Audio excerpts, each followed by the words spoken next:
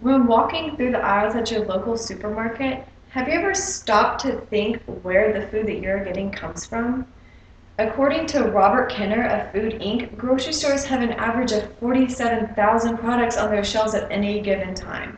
But how often is where or how these products are produced considered? Most people even forget that products were once living organisms before they were cut, packaged, and sent to a store near you. Food Inc. sets out to unveil our nation's food industry, and as PBS says, they are exposing the highly mechanized underbelly that has been hidden from the American consumer with the consent of our government's regulatory agencies, the USDA and the FDA. Since the rise of McDonald's in the 1940s, the American food industry has developed to accept the norms of a McDonaldized society. The results of these corporations are horrifying and cause dire harm to all who are subject to their neglect. More and more cases of E. coli, obesity, and diabetes arise in the United States each year, and Americans are left to bear the effects. Farming has become a mixture of science and nature, and corporations still strive to take the nature out of the food industry. A corporation that you might have heard before called Tyson produces over 80% of all the chicken in the United States. And they have literally altered the composition of a chicken, making their breasts larger and them to mature at a much greater rate. Another subvert of McDonaldization is the plethora of products that are composed simply of corn. Corn has been weighed to cost less than the rate that it can be produced, making this super veggie virtually cost-free. Then, because of this, corn is being force-fed to cows, which is very hazardous to their bodies.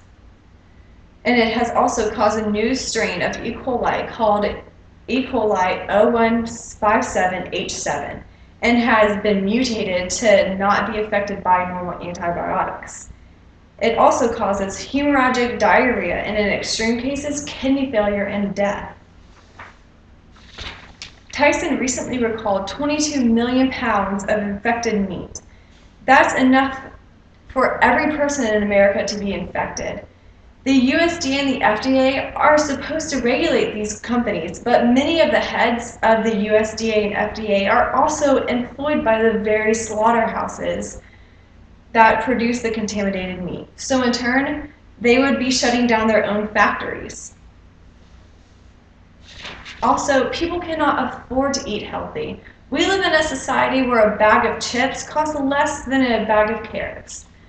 And as Food Inc. says, 1 in 5 adults, 1 in 2 for minorities, after 2000 will acquire type 2 diabetes in their lifetime.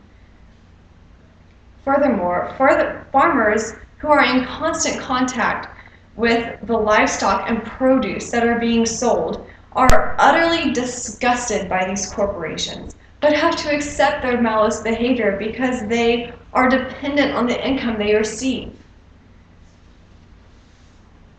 Industrial farming corporations like Tyson and McDonald's have created a monopoly that serves only their needs. They defy basic morals and make it nearly impossible for customers to know what they are paying for farmers to run their own farms, and for victims of their abuse to have any say.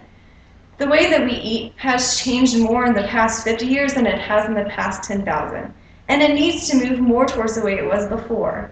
The American consumer can make a difference.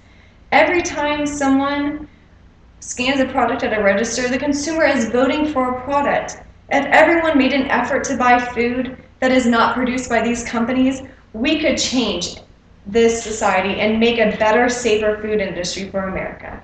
So next time you're at the register, remember, you can make a difference.